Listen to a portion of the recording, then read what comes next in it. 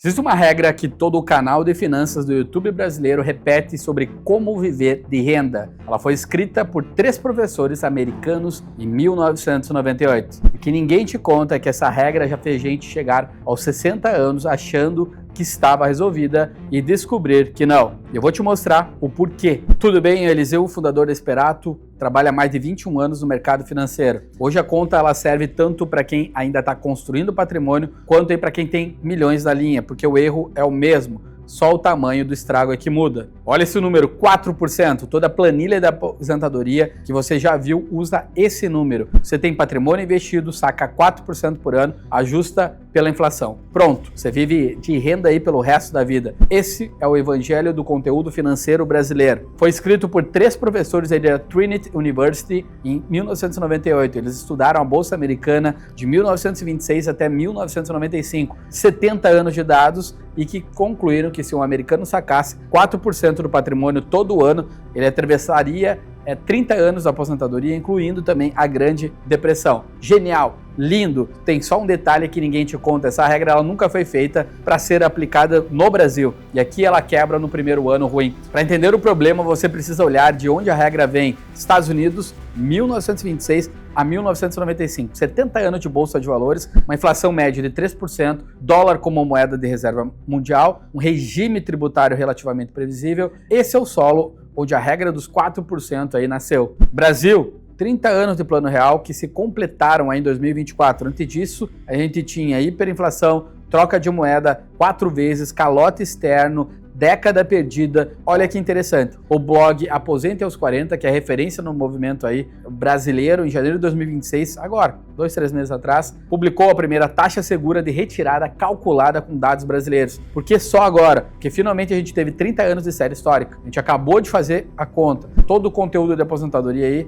no YouTube, ele já te entrega uma fórmula como se fosse comprovada aqui no Brasil. E, por exemplo, a Carol Stenge, que esteve aí, que escreve no Bora Invertir da B3, ela foi direto no artigo aí de março de 2026. A regra dos 4%, ela falha no Brasil no primeiro ano ruim. O motivo ele é estrutural. Não é uma falta de educação financeira, não é uma falta de poupança, é o ambiente. E o ambiente brasileiro, ele tem 3 coisas aí que comem patrimônio na fase de saque. 3. E eu chamo essas 3 coisas de teste das 3 erosões. Mas antes de te mostrar quais são, pega o celular, abre a calculadora, pensa numa renda mensal que faria a sua vida mudar, sem mudar de cidade, sem mudar de hábito, só te dando tranquilidade. Anota. Agora pensa, quanto patrimônio você acha que precisa para gerar essa renda pelos próximos aí 25 anos? Sem cálculo, no instinto, joga o número, comenta aqui embaixo, por favor, que eu quero ver os números. Daqui a 3 minutos a gente volta nele, eu aposto que metade vai querer trocar. Aqui é o ponto, o teste das 3 erosões. Erosão 1, a inflação que não é IPCA.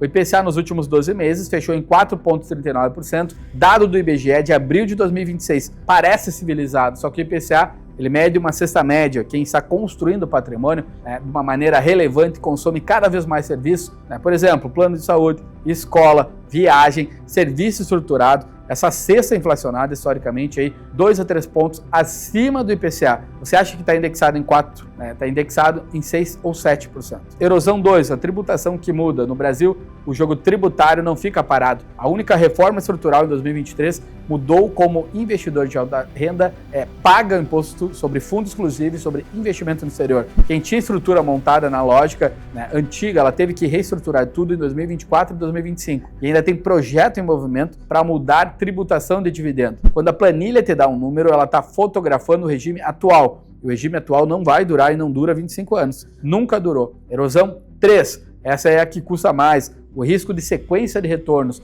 Em português bem claro, se o mercado vai mal nos primeiros 5 anos da sua fase de saque, você está vendendo ativo no pior momento para pagar boleto. E o estrago ele é exponencial. Uma carteira que tinha 30 anos de gás aí, dura 9. Já aconteceu com quem se aposentou em 2008. Já aconteceu com quem se aposentou em 2015 aqui no Brasil. Não é uma teoria, é uma matemática. O exemplo ali é simples. 2 milhões de reais investidos, plano de sacar 80 mil reais por ano, ajustado pela inflação. Primeiro ano, a carteira cai 20%. Inflação pressionando, você não pode pausar o boleto, aí sacar os 4% vira sacar 4% do que sobrou. Em 9 anos, o patrimônio se esgota. Esse é o cenário azarado. E o azarado existe, por exemplo, quem apostou em 2008 sabe disso. Volta nos teus 2 milhões, aplicando a 3 erosões no cenário brasileiro realista, eles não sustentam R$17 mil de renda mensal em 25 anos, como a planilha simples promete. Sustentam algo entre 9 e 11 mil reais, quase metade. Que o número que você comentou agora, há pouco tempo, estava acima disso, agora você sabe por onde que o cálculo aí, padrão, ele vaza. Agora você pode estar pensando, pô, Eliseu, mas tem gerente de banco no banco grande, tem mesa estruturada, isso resolve. Não é tão simples. Gerente de banco grande, ele não está errando por má fé, ele está operando dentro de um menu dele, que ele tem o menu do banco dele. O menu do banco dele é montado para distribuir o que o banco produz, não para estar otimizando aí pelas 3 erosões que eu chamei. Não é a mesma coisa. E você pode pensar também, eu leio bastante, eu faço sozinho. Pode, mas as 3 erosões mudam a cada ciclo. Selic em 14,5% hoje, a expectativa de cair é para 12,5%, 13% até o final de 2026, uma reforma tributária ainda em movimento, sequência de retorno que ninguém controla, errar 1% ao ano em 25 anos, num patrimônio de 1 milhão, vai custar o quê? R$350 mil em valor presente. Não é sobre a capacidade, é sobre o tamanho da decisão. E olha só que interessante, Selic em 14,5% é uma das maiores taxas de juro real do mundo desenvolvido. Tesouro Renda Mais, paga IPCA mais 7% em alguns vencimentos. Significa que quem estrutura agora trava juro real alto por décadas à frente. Essa janela já fechou 2 vezes na última década e abre raramente. Quando ela fechar de novo, todo mundo vai olhar para trás e dizer que era óbvio. A pergunta que fica é, a alocação que você tem hoje, aproveita essa janela ou ela está orientada para um cenário que mudou? Comenta aí, sem pose, eu quero ler.